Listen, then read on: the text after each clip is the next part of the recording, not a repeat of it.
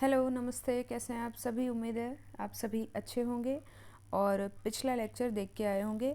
उस लेक्चर में बात करूं तो मैंने भारतीय काव्य शास्त्र के परिचय पर बात की थी और उसके बाद में विस्तार से एक एक काव्य लक्षण को समझा था, फिर चाहे वो संस्कृत काव्य शास्त्रीय आचार्यों द्वारा दिए गए हों या फिर रीतिकालीन कवियों द्वारा या फिर आधुनिक युगीन आचार्यों या फिर आधुनिक युगीन कवियों के द्वारा, विद्वानों के द्वारा। हर एक बात को हमने बड़ी ही गहराई से समझा था। आपके एग्जाम पॉइंट ऑफ व्यू से मैं भारतीय काव्य शास्त्र को पढ़ा रही हूँ और थंबनेल में लिखा भी है कि अब आपको रटने की ज़रूरत नहीं पड़ेगी, क्योंकि जब आप चीज़ों को अच्छे से समझ जाते हैं तो रटने की ज़रूरत पड़ती ही नहीं है। तो चलिए बिना समय ज़ाया किए आज के लेक्चर को, यानी अपने सेकंड लेक्चर को भारतीय काव्य शास्त्र के शुरू कर लेते हैं। कोशिश करूंगी कि आज के लेक्चर में ये टॉपिक भी कंप्लीट कर दूं, यानी कि भारतीय काव्य शास्त्र आपका 2 लेक्चर्स में कंप्लीट करा दूं। पिछले लेक्चर में काफ़ी कुछ बात हुई थी और काव्य लक्षण बड़ा टॉपिक है थोड़ा सा, इसलिए वो लेक्चर थोड़ा सा बड़ा हो गया। तो कोशिश करेंगे कि आज के लेक्चर में 3 टॉपिक्स, यानी कि काव्य प्रयोजन, काव्य हेतु और शब्द शक्तियाँ, तीनों ही टॉपिक्स कवर करा दूँ। तो आज के वीडियो का हमारा क्या अप्रोच रहने वाला है? पिछले वीडियो में बात करूँ तो ये टॉपिक एंड हमारा काव्य संप्रदाय और तीसरा यानी काव्य लक्षण, इधर वाला पोर्शन हमारा कंप्लीट हो चुका है ना। उसके बाद में आज के वीडियो में कोशिश रहेगी, काव्य हेतु तो कंप्लीट कराऊंगी ही, इसके बाद में काव्य प्रयोजन और उसके बाद में कोशिश रहेगी कि शब्द शक्तियाँ भी अपन कंप्लीट कर लें, ताकि आपको इधर उधर भटकने की ज़रूरत ना पड़े और आप 2 लेक्चर्स में अपने भारतीय काव्य शास्त्र को CUET PG के लिए, जो कि काफ़ी इंपॉर्टेंट टॉपिक है, वो कंप्लीट कर। तो काव्य हेतु जो शब्द है, इसका अर्थ क्या है? क्योंकि अगर शब्द का ही अर्थ आपको नहीं पता होगा तो निश्चित तौर से आपको चीज़ें रटनी ही पड़ेंगी, वो मजबूरी हो जाती है आपकी। तो चलिए समझते हैं। काव्य हेतु शब्द जो है 2 शब्दों से मिलकर बनता है। कौन कौन से? पहला तो है काव्य, दूसरा है हमारा हेतु। अब काव्य से यहाँ पर तात्पर्य क्या है? पिछले वीडियो में मैंने बताया था, सिर्फ और सिर्फ कविता नहीं है। यहाँ पर काव्य से तात्पर्य साहित्य है और काव्य शास्त्र से भी तात्पर्य जो है साहित्य शास्त्र ही होता है। तो यहाँ पर गद्य और पद्य दोनों विधाओं की बात होती है, सिर्फ और सिर्फ गद्य की नहीं, सिर्फ और सिर्फ पद्य की नहीं। ठीक है। हेतु का अर्थ क्या होता है? हेतु का अर्थ, शाब्दिक अर्थ जो होता है वो होता है कारण, यानी कि काव्य निर्मिति के, काव्य सृजन के कारण क्या हैं, किस कारण से साहित्य सृजित हो रहा है, वो होता है काव्य हेतु। समझ गए आप इसका शाब्दिक अर्थ? तो कुल 3 काव्य हेतु संस्कृत काव्य शास्त्रीय आचार्यों द्वारा स्वीकार किए गए। वैसे तो विभिन्न आचार्यों ने 3 से अधिक भी काव्य हेतु माने हैं, लेकिन 3 मुख्य काव्य हेतु हैं जिनको सभी आचार्यों ने मुख्यतः स्वीकार किया है। वो कौन से हैं उनको अब हम देखते हैं। तो 3 है ना, तो जिसमें से पहला काव्य हेतु है हमारा प्रतिभा, है ना। अभी इसको समझेंगे ध्यान से। उसके बाद में दूसरा जो काव्य हेतु है हमारा, वो है व्युत्पत्ति, जिसका अर्थ होता है निपुणता। इसके बाद में हमारा तीसरा जो काव्य हेतु है वो है अभ्यास। तो ये कुल 3 काव्य हेतु हैं, है ना। अब मैं आपसे एक प्रश्न करती हूँ, उसका उत्तर आप दीजिए कि इन 3 काव्य हेतुओं में से सबसे मुख्य आपको कौन सा लग रहा है? कोई इसमें गहराई में नहीं जाना, आप ऊपर से देखिए, समझिए इन तीनों में से सबसे अधिक महत्वपूर्ण कौन सा है, कि जिसके बिना काव्य निर्मित हो ही नहीं सकता है, साहित्य सृजन संभव ही नहीं है। प्रतिभा है, व्युत्पत्ति है या फिर अभ्यास है? बताइए। तो सबसे मुख्य जो है वो है प्रतिभा। अब समझिए, कोई व्यक्ति लिखने बैठता है और लिखने की प्रतिभा उसमें है ही नहीं, तो वो कहाँ से साहित्य सृजन कर पाएगा, कहाँ से काव्य सृजन कर पाएगा? भले ही वो कितना ही प्रयास क्यों ना कर ले, कितनी ही निपुणता हासिल क्यों ना कर ले, लेकिन प्रतिभा जो है वो सबसे मुख्य बन जाती है किसी भी कार्य के लिए। एक साधारण सा एग्जांपल दे रही हूँ। आप हैं और आपका कोई एक मित्र है। ज़रूरी नहीं है कि आप जिस चीज़ में अच्छे हैं उसमें आपका मित्र भी अच्छा हो सकता है वो किसी अन्य चीज़ में अच्छा हो। तो यही प्रतिभा हो जाता है, तो यही प्रतिभा हो जाती है जो कि काव्य सृजन का प्रधान हेतु है, मुख्य हेतु है, काव्य सृजन का बीज है। इसको ही मुख्यतः सभी काव्य शास्त्रीय आचार्यों ने प्रमुख माना है। क्यों माना है आप ये तो अब समझ ही गए होंगे। बाकी व्युत्पत्ति का अर्थ क्या होता है? व्युत्पत्ति का अर्थ होता है निपुणता। और इसके बाद में अभ्यास का अर्थ क्या होता है? प्रयास होता। कहते नहीं है कि करत करत अभ्यास के जड़ मत होत सुजान, रसरी आवत जाते सिल पर पड़त निशान। यानी अगर आप अभ्यास करते रहते हैं, अगर आपके भीतर प्रतिभा भी है और आपने अभ्यास भी किया, तो आपकी जो प्रतिभा है वो और निखर कर आती है। तो करत करत अभ्यास की, यानी अभ्यास करने से जड़ व्यक्ति भी, जड़मति भी सुजान हो जाती है, समझदार हो जाती है, ज्ञान उसके भीतर आ जाता है। किस प्रकार से? जैसे रसरी आवत जात ते सिल पर पड़त निशान। अब जैसे कुआं होता है जो, उस पर जो रस्सी होती है जिससे बाल्टी भर भर के पानी निकाला जाता है बाहर, तो जो रस्सी होती है वो इसकी शिला पर बार बार घिसती है, घिसटती है, तो जिसकी वजह से इस शिला पर निशान पड़ जाते हैं। तो उसी प्रकार से जो जड़ व्यक्ति है, मूर्ख व्यक्ति है, वो बार बार किसी चीज़ को पढ़ता है, अभ्यास करता है, तो वो उस चीज़ में प्रवीण हो जाता है। तो ये होता है अभ्यास का अर्थ। अब तीनों ही काव्य हेतुओं को ध्यान से पढ़ते हैं और इन काव्य हेतुओं के संदर्भ में आपको क्या क्या तथ्य याद रखने हैं, क्या क्या काव्य शास्त्रीय विद्वानों द्वारा मत हैं उनके, वो भी आपको बताऊंगी मैं। ठीक है, तो चलिए सबसे पहले बात कर लेते हैं लिखित रूप में काव्य हेतु होता क्या है, जो कि मैंने ऊपर आपको बताया ही, जो कि मैंने अभी आपको बताया है। तो काव्य या साहित्य हेतु का सीधा अर्थ क्या है? काव्य निर्मिति के कारण, बताया आपको, काव्य सृजन के कारण, है ना। इन्हें साहित्य का प्रेरणा स्रोत भी कहा जाता है, जिनकी वजह से साहित्य सृजन संभव हो पा रहा है। तो इसको मैं क्या आपको दोबारा पढ़ के सुनाऊं? जो मैंने बताया वही यहाँ पर लिख दिया है, ताकि जब मैं आपको नोट्स दूं तो चीज़ें आप रिवाइज कर पाएँ। बाकी आगे बढ़ जाते हैं और जो मुख्य है उस पर बात कर लेते हैं। तो बाबू गुलाब राय जी जो हैं वो काव्य हेतु को परिभाषित करते हुए क्या कहते हैं, ये मुख्य है। कहते हैं कि काव्य हेतु का अभिप्राय उन साधनों से है, किन साधनों से है? जो कवि की काव्य रचना में सहायक होते हैं। सीधा सा अर्थ समझ गए होंगे। प्रतिभा भी काव्य रचना में सहायक होती है, अभ्यास भी और निपुणता भी। इसके बाद में अब हम आ जाते हैं सीधे हमारे पहले काव्य हेतु पर, प्रतिभा पर। तो पहला और सबसे महत्वपूर्ण काव्य हेतु है प्रतिभा, जिसे काव्य का बीज भी माना गया है। प्रतिभा के अभाव में कोई व्यक्ति काव्य रचना कर ही नहीं सकता है ना। इस पर बात हो चुकी है। आचार्य बामन क्या कहते हैं? महत्वपूर्ण है, मार्क करिए इसको, इंपॉर्टेंट स्टार मार्क करिए। कहते हैं कि कवित्व बीजम प्रतिभानम, यानी कवित्व का बीज ही प्रतिभा है। इसके बिना साहित्य सृजन संभव ही नहीं है। कोई व्यक्ति, कोई कवि इसके अभाव में, प्रतिभा के अभाव में काव्य रचना नहीं कर सकता है। समझ गए आप? इसके बाद में प्रतिभा का अर्थ स्पष्ट करते हुए आचार्य भट्टतोत क्या कहते हैं? मोस्ट इम्पॉर्टेंट, बहुत बार परीक्षाओं में पूछा गया है। कहते हैं कि प्रज्ञा नवोन्मेष शालिनी प्रतिभा मता, यानी प्रतिभा के चलते ही कवि या फिर कोई व्यक्ति जो है वो नए नए विचारों को ग्रहण करता है, उसके मन में नए नए विचार आते हैं और वो नए नए प्रकार से साहित्य का, काव्य का सृजन करता है। तो प्रतिभा हमें जो है, या फिर किसी व्यक्ति को, किसी कवि को जो है, नए विचार लाने में सहायक भी होती है। तो ये महत्वपूर्ण बन जाती है परिभाषा। और यहाँ पर अर्थ तो लिखा हुआ ही है कि नए नए विचारों का उन्मूलन करने वाली शक्ति प्रज्ञा ही प्रतिभा है। इसके बाद में आचार्य रुद्रट जो हैं वो, इसके बाद में याद रखना है कि आचार्य रुद्रट और आचार्य मम्मट, जिनका ग्रंथ कौन सा है? मम्मट का तो याद ही रखना है, कौन सा ग्रंथ है? काव्य प्रकाश है। ये लोग प्रतिभा के स्थान पर शक्ति शब्द का प्रयोग करते हैं। तो ये भी हो सकता है कि आपसे पूछ लिया जाए, ऑप्शन में विभिन्न नाम दे दिए जाएं और पूछा जाए कि इनमें से किस आचार्य ने प्रतिभा के स्थान पर शक्ति शब्द का प्रयोग किया है ना। तो ये चीज़ें आपको याद रखनी है। बाकी आगे देख लेते हैं प्रतिभा के संदर्भ में कुछ अन्य तथ्य, क्योंकि सबसे महत्वपूर्ण, सबसे प्रमुख काव्य हेतु यही है। तो सबसे ज़्यादा विद्वानों ने अपने मत इसी हेतु के संदर्भ में रखे हैं। अभ्यास के संदर्भ में काफ़ी कम आपको तथ्य देखने को मिलेंगे और व्युत्पत्ति के संदर्भ में भी काफ़ी कम तथ्य हैं। तो आचार्य राजशेखर क्या कहते हैं प्रतिभा के संदर्भ में?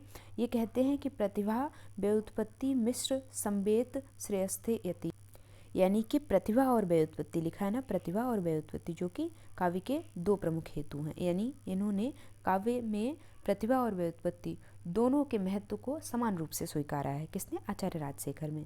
आचार्य राजशेखर ने कहते हैं कि प्रतिभा और व्युत्पत्ति दोनों, यहाँ पर करेक्ट कर लेना, व्युत्पत्ति ऐड कर लेना, कि प्रतिभा और व्युत्पत्ति दोनों संवेत रूप से, समान रूप से काव्य के श्रेयस्कर हेतु हैं। ठीक है। और आचार्य राजशेखर जो हैं प्रतिभा के दो भेद बताते हैं। ये जो काव्य हेतु है इसके दो भेद बताते हैं। कौन कौन से? कार्यत्री और भावयत्री। कार्यत्री को ये कवि या फिर सृजनकर्ता से संबंधित बताते हैं, वहीं भावयत्री को पाठक से या फिर दर्शक से संबंधित करके देखते हैं। इसके बाद में अगले जो आचार्य हैं, ध्वनि संप्रदाय के प्रवर्तक आचार्य आनंदवर्धन, वो क्या कहते हैं? ये नीचे मैंने लिख दिया है।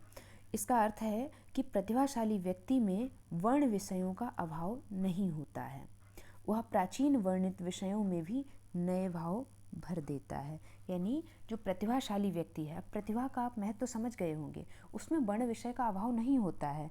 वो उन विषयों को जो पहले अन्य कवियों द्वारा चित्रित किए जा चुके हैं। अब समझिए प्रकृति पर कितनी कविताएं हो चुकी हैं, लेकिन आज भी जिसके भीतर प्रतिभा है वो प्रकृति को नए ढंग से देख सकता है, नए ढंग से चित्रित कर सकता है। तो यहाँ पर प्रतिभा के महत्व को इस प्रकार से बताते हैं, फिर देखते हैं आचार्य आनंदवर्धन।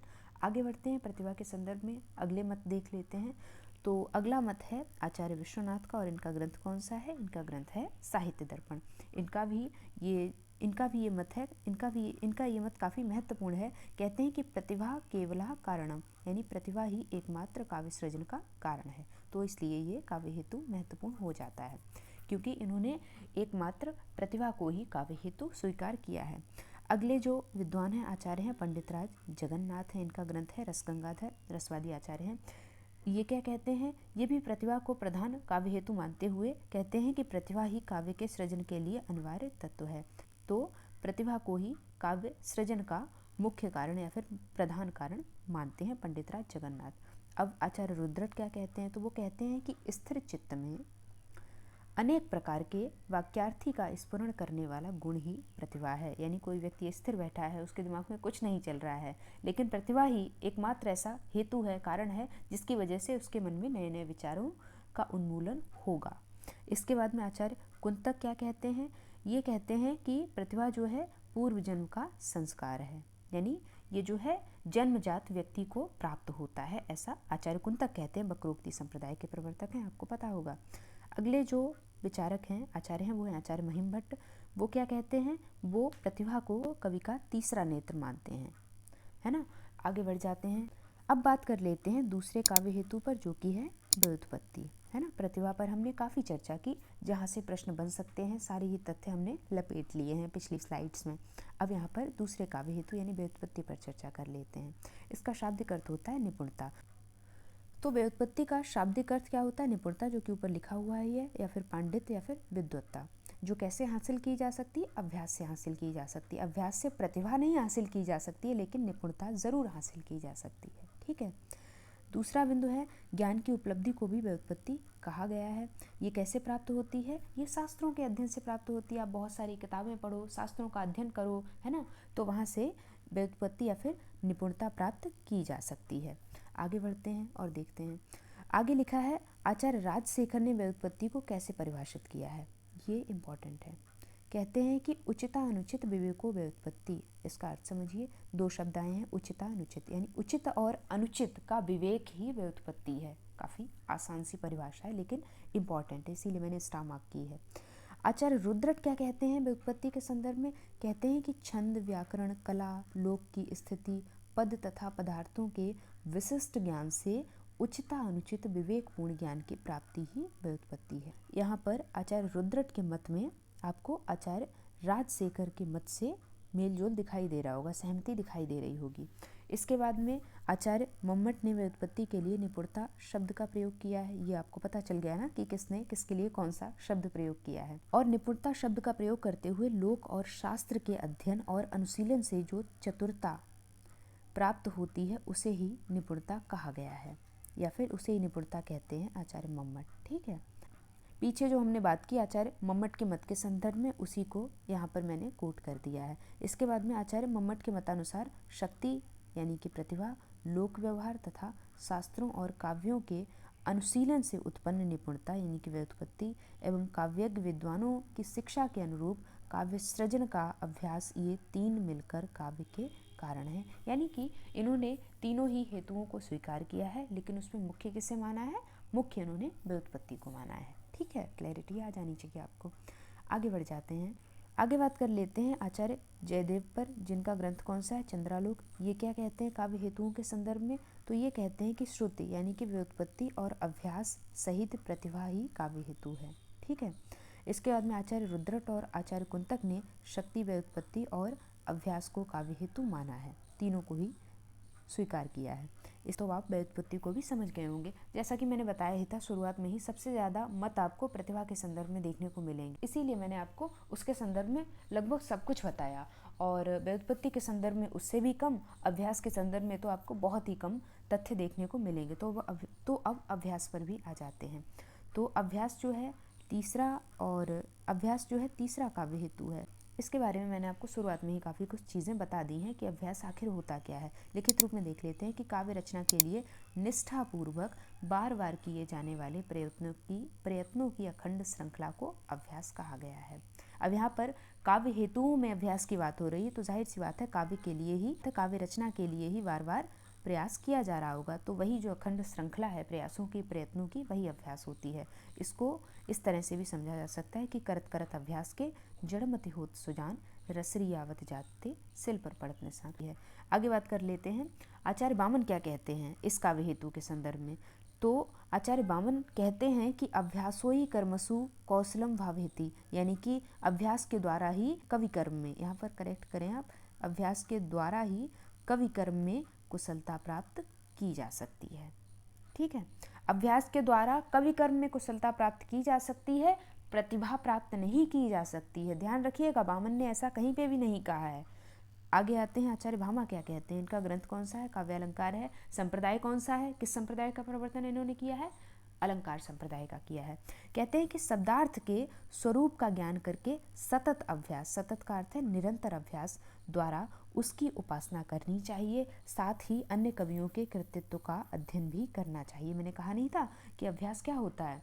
आप विभिन्न प्रकार से शास्त्रों को पढ़ रहे हो, ज्ञान अर्जित कर रहे हो, तो वही होता है अभ्यास काव्य हेतु के मामले में, जिससे अभ्यास नित्य प्रति दृढ़ होता जाए। आचार्य राजशेखर के अनुसार निरंतर प्रयास करते रहना ही अभ्यास है ना। अब आप अभ्यास को भी समझ गए होंगे। तो यहाँ पर 3 काव्य हेतुओं पर हमने अच्छे से चर्चा कर ली है। ज़्यादा बड़ा टॉपिक है नहीं, तो इसमें ज़्यादा और मैं अलग से क्या ही बता दूँ। जो संस्कृत काव्य शास्त्री आचार्यों द्वारा बताया गया वही तो मैं बता सकती हूँ ना। अब अपने से तो कुछ एक्स्ट्रा ऐड करके बताया नहीं जा सकता है इस टॉपिक के लिए। आगे बढ़ जाते हैं।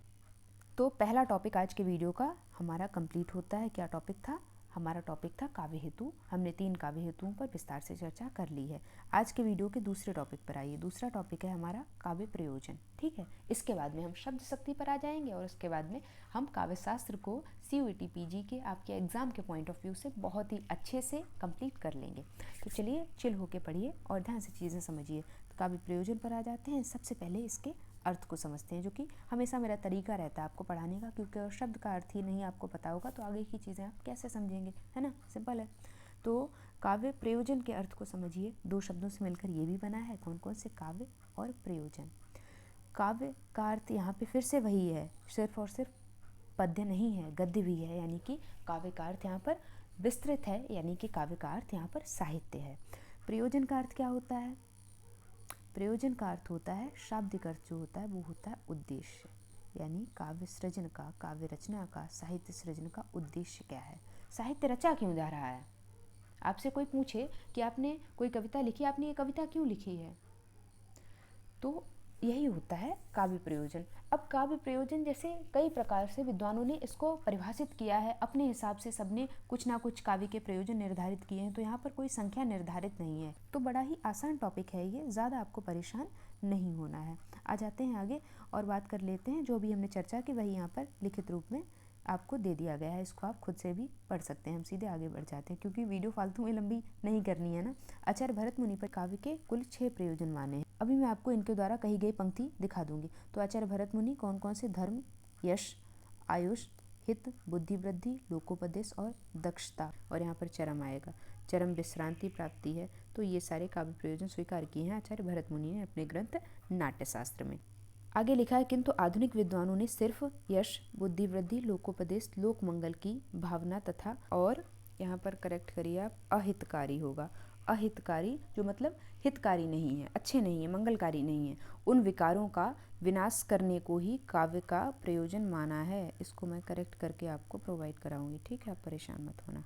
तो यहाँ से आप देख सकते हैं किस तरह से आचार्य भरत मुनि ने काव्य प्रयोजन बताए हैं और उसमें काट छाट करके आधुनिक विद्वानों ने कौन कौन से काव्य प्रयोजनों को स्वीकार किया है। आगे बढ़ते हैं, कुछ काव्य प्रयोजनों पर मैं बात करती हूँ। उसके बाद में काव्य शास्त्रीय आचार्यों द्वारा दिए गए काव्य प्रयोजनों पर मैं बात कर लूँगी। तो सबसे पहले आ जाते हैं कुछ काव्य प्रयोजनों पर जो कि मुख्य मुख्य हैं।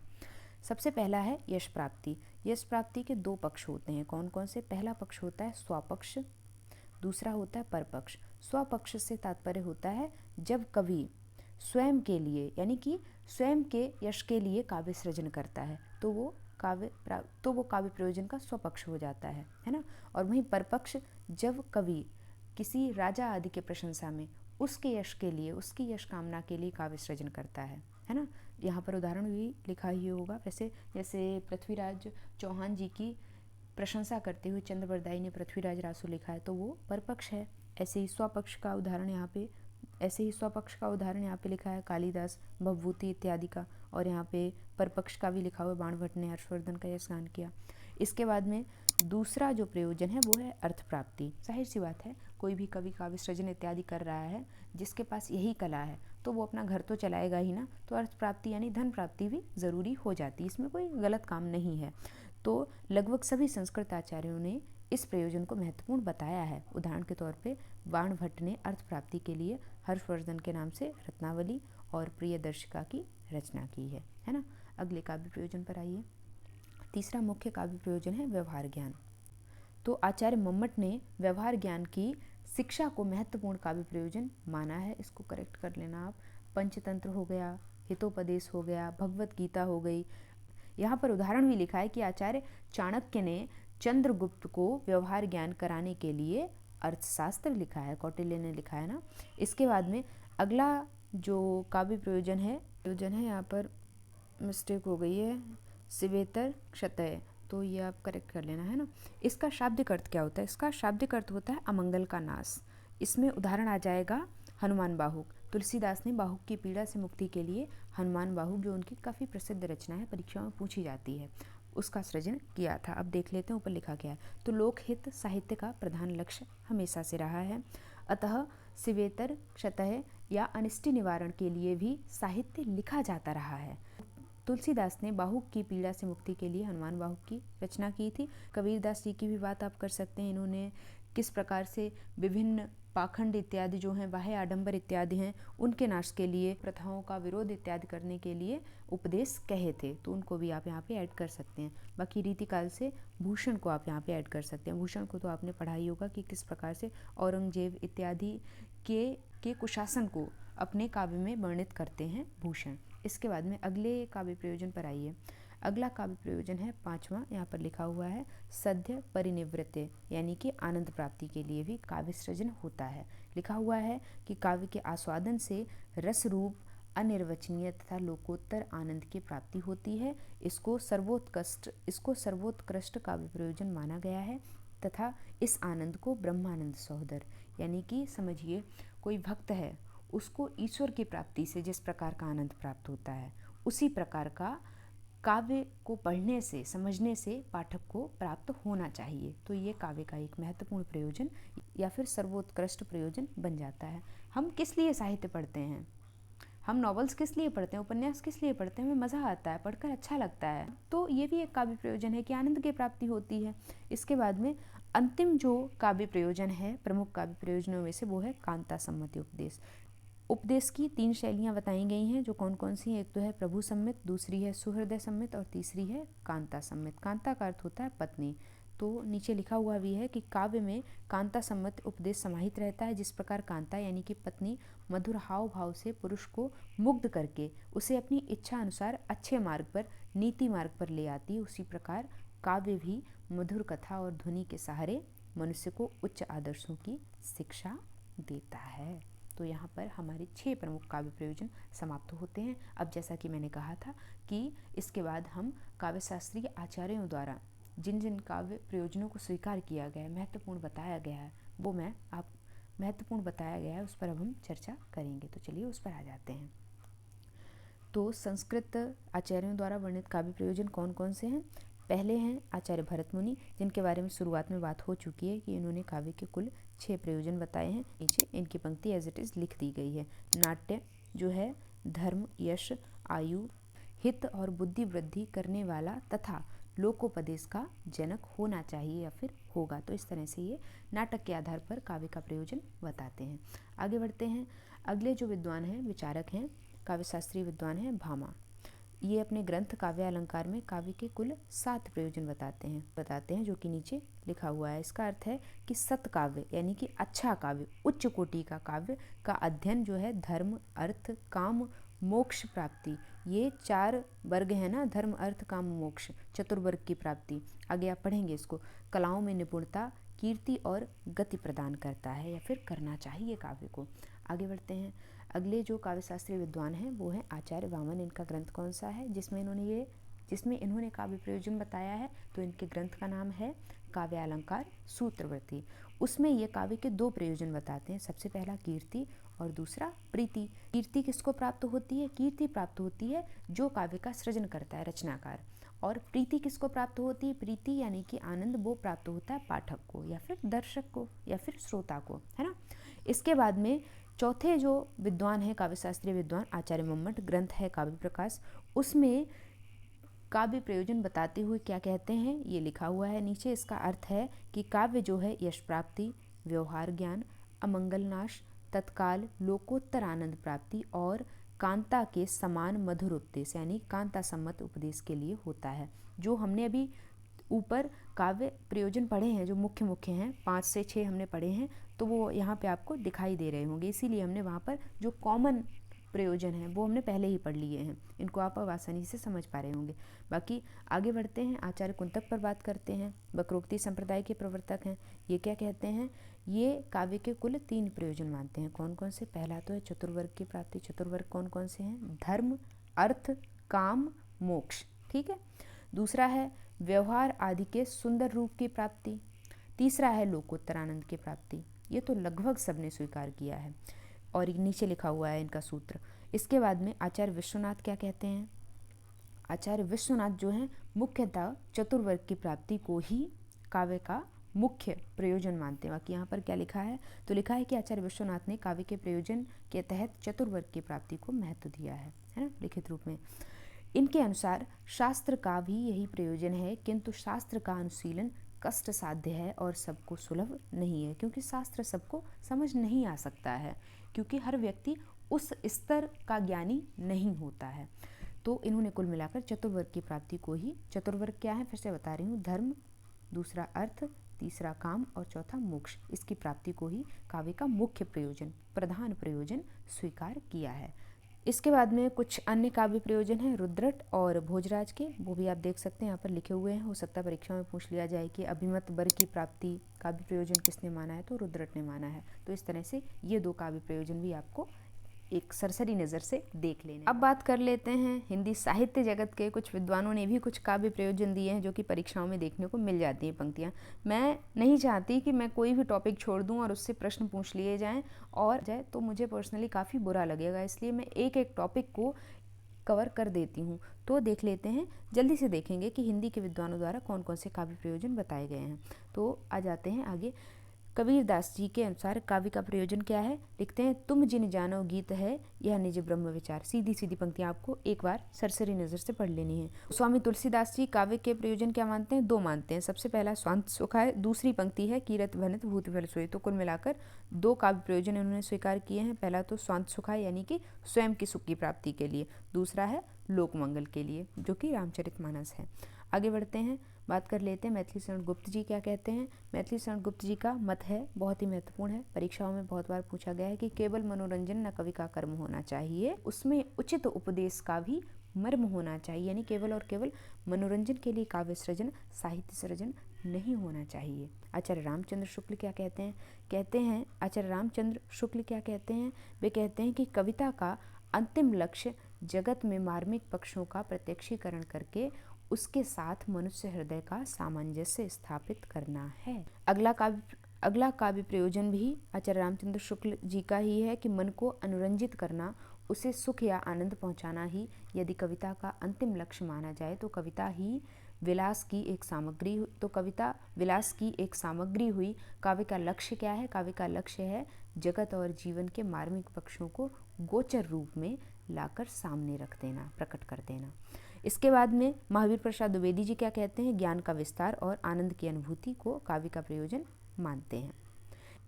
नंद दुलारे वाजपेयी जो हैं वो आत्मानुभूति को काव्य का प्रयोजन मानते हैं। अगला काव्य प्रयोजन है अयोध्या सिंह उपाध्याय हरिऔध का। इनकी रचना अधिखिला फूल परीक्षाओं में बार बार पूछी जाती, आप याद रखना। ये काव्य का प्रयोजन आनंदानुभूति को मानते हैं। इसके बाद में भारतेंदु हरिश्चंद्र जी आनंद की अनुभूति यानी कि आनंदानुभूति और लोकहित की भावना को काव्य का प्रयोजन मानते हैं। इसके बाद में आचार्य हजारी प्रसाद द्विवेदी के अनुसार काव्य का प्रयोजन क्या है? मानव कल्याण होता है। तो काव्य प्रयोजन पर चर्चा यहीं पे समाप्त होती है। आई होप आपको चीज़ें अच्छे से समझ आई होंगी। हमने आज के वीडियो में 2 टॉपिक कवर किए। सबसे पहले हमने बात की काव्य हेतुओं पर, बड़े ही अच्छे से हमने उन्हें पढ़ा। उसके बाद में काव्य प्रयोजनों पर बात की। आई होप आपको दोनों ही टॉपिक्स अच्छे से क्लियर हो गए होंगे और आपको अब रटने की ज़रूरत नहीं पड़ेगी। तो अगले टॉपिक को, यानी हमारा अंतिम टॉपिक जो है शब्द शक्ति, उसे हम अगले वीडियो में कवर कर लेंगे, क्योंकि मुझे भी तबीयत मेरी थोड़ी ठीक नहीं लग रही है, अस्वस्थ हूँ मैं। बाकी कोशिश की थी कि तीनों टॉपिक्स को एक ही वीडियो में कवर कर लूँ, लेकिन मैं नहीं चाहती कि मैं जल्दी में हड़बड़ाहट में आपको अच्छे से ना समझा पाऊँ और आपको क्लैरिटी ना आए टॉपिक के ऊपर। तो आई होप आप इस चीज़ को समझेंगे। बाकी काव्य शास्त्र के लिए CUET PG के लिए इतना मोर देन सफिशिएंट है। अब आपको कोई और वीडियो देखने की आवश्यकता नहीं पड़नी चाहिए, इतनी मैं उम्मीद आपसे कर सकती हूँ। बाकी अगर आपको मेरा पढ़ाया अच्छा लगता है, समझ आता है, तो अपना प्यार दिया करिए थोड़ा सा, मेरे लिए वही मोटिवेशन का काम करता है। वीडियो को लाइक करके अपना प्यारा सा फीडबैक कमेंट सेक्शन में ज़रूर दिया करिए। खुद भी चैनल से जुड़िए, अपने साथियों को भी जोड़िए। बाकी पढ़ते रहिए, सीखते रहिए। ये PDF आपको कहाँ पे मिलेगी? टेलीग्राम चैनल पे मिलेगी, और आप मुझसे पर्सनली इंस्टाग्राम पे जुड़ सकते हैं। कोई सुझाव लेना चाहते हैं ले सकते हैं। चैनल तो सब्सक्राइब कर ही लीजिए। पढ़ते रहिए, सीखते रहिए। Thanks for watching this video.